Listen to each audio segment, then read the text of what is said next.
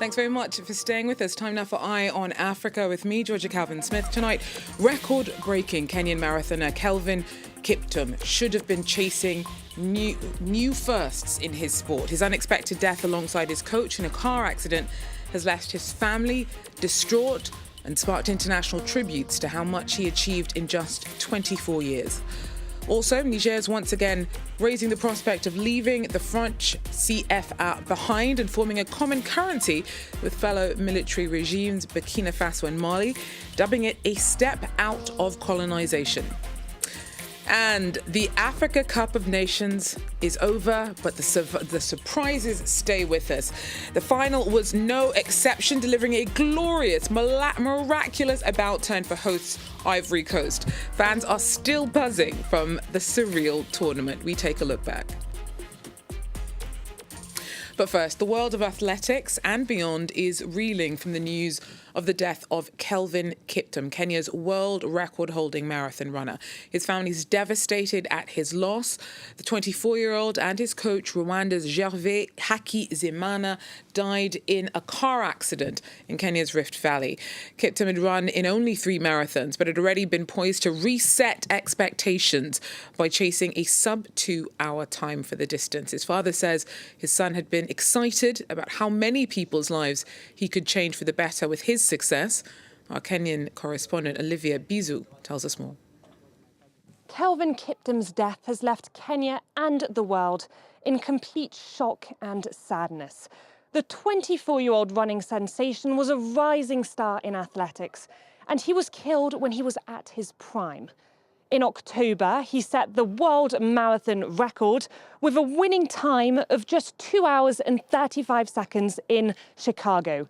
And he'd also announced that he was going to become the first man to run an official marathon under 2 hours in Rotterdam in April. Since the tragic car accident on Sunday, tributes have been pouring in from all sides of the political spectrum here in Kenya. This is one gentleman who united the nation.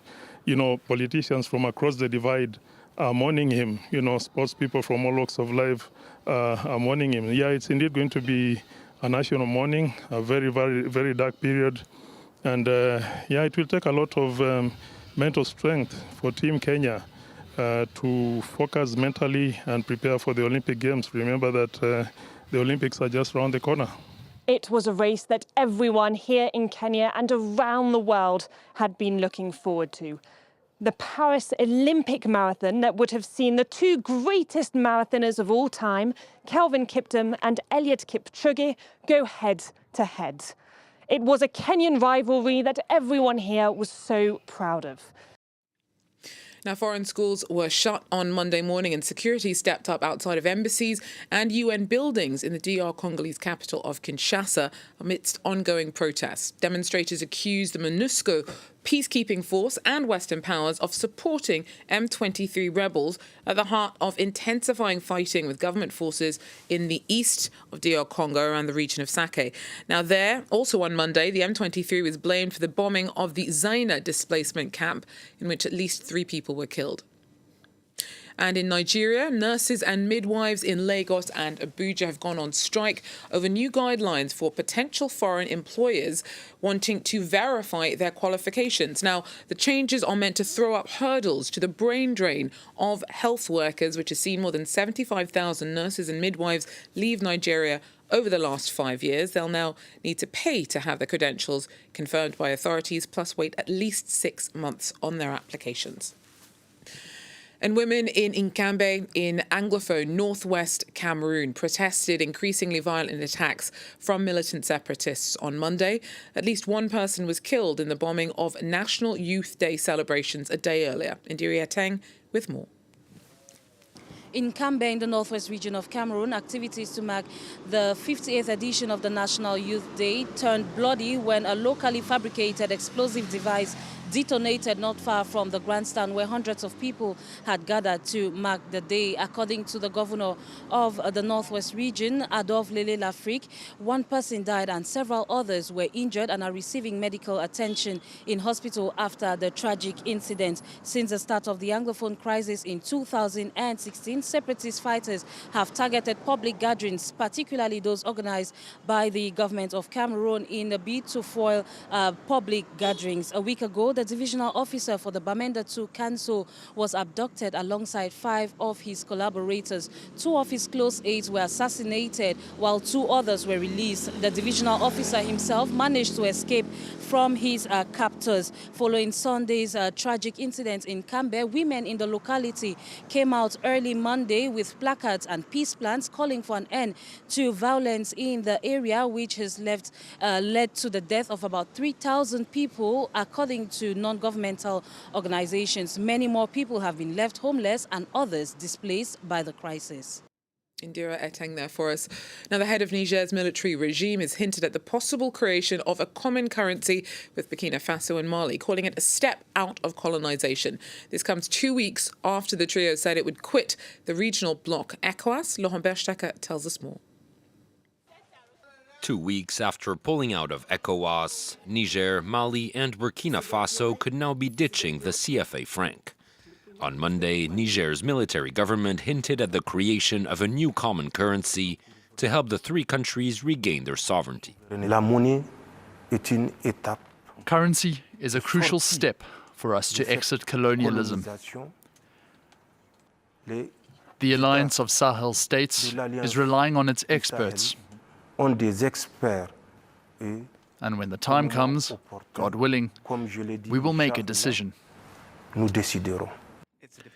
Often slammed as one of the last relics of colonialism, the CFA franc is a symbolic target for the Alliance of Sahel States.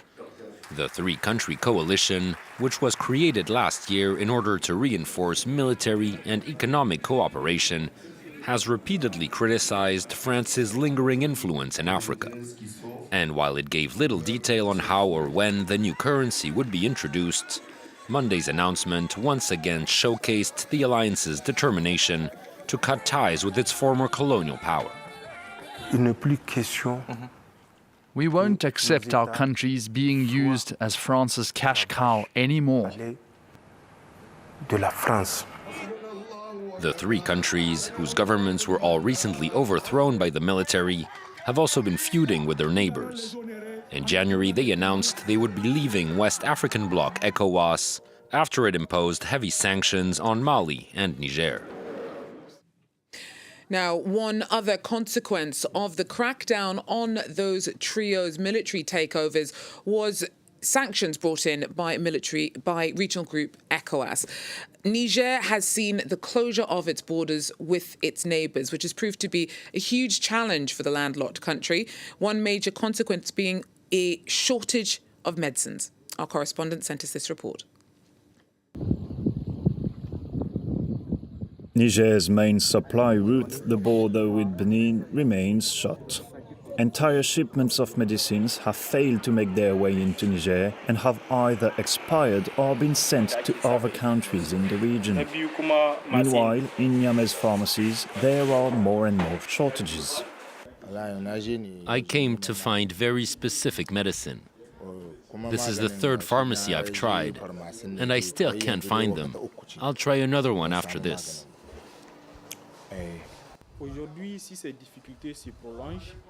If these difficulties persist, we'll soon be in a situation where no pharmacy can handle it, and the people will suffer. Some people rely heavily on the medication they take, like those with high blood pressure or diabetes. According to the Nigerian Pharmacists Union, 30% of vital medicines are currently out of stock in the country, and none of them are produced locally. Some turn to traditional medicine, but outside of Niger's accredited establishments, there is a great risk of coming across fake medications. Customers are in search of medication for fever, ulcers, typhoid-related issues, or even diabetes. These are their top priorities. Fake medicine circulates everywhere, right in front of the authorities. People consume them, and some fall ill. Others even die. It's because this sector has no regulations. Authorities need to control the sale of traditional medicine. Fake medicines, whether traditional or industrial, pose one of the greatest threats to public health in Niger, especially amid the current crisis. Well, finally, jubilant Ivorians are still on cloud nine after the Elephants came from behind to deliver an at-home triumph over Nigeria in the Africa Cup of Nations final on Sunday evening. It was the culmination of a dramatic tournament filled with more satisfying and shocking surprises than anyone could have expected. So I'll leave you with a little reminder of that sparkle.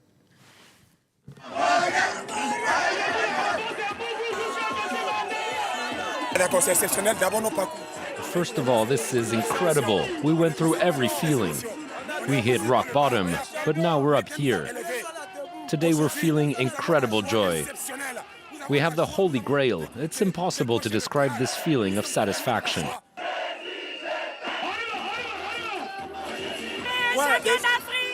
AFCON has reached its full potential. The winner was the hosting country.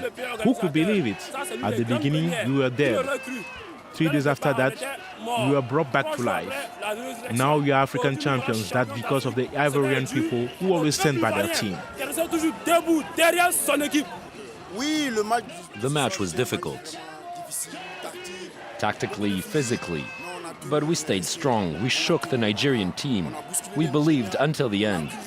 And finally it worked. We could have won the match if the team had a spirit within them, but I think they were too down, and the game was all for the Ivorians because they dominated the park and everything was in favor of them. I think Nigerians actually knew within them that the cup wasn't theirs. The way they played was not how they played today. Today there was no kind of teamwork. The goal even came with a chance, but Ivorian played with the spirit. So you're not disappointed in no. We are not. We are happy. We are not.